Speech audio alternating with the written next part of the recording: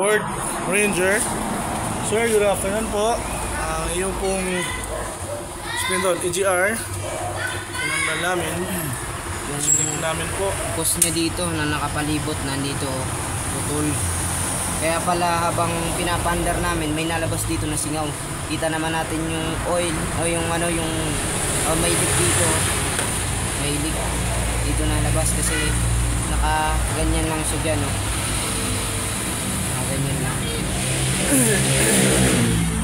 Naka ganyan lang. Yeah. Tapos tatanggalin ko sana yung itong elbow na to. Kaso nga lang yung tornilyo dyan sobrang higpit ng pagkakabit. Tapos yung tornilyo na nakakabit dito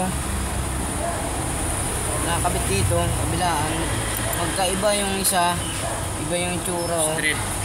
Tapos ano pa, iba kasi yung nakalagay, oh. Hindi na ibalik ng tama.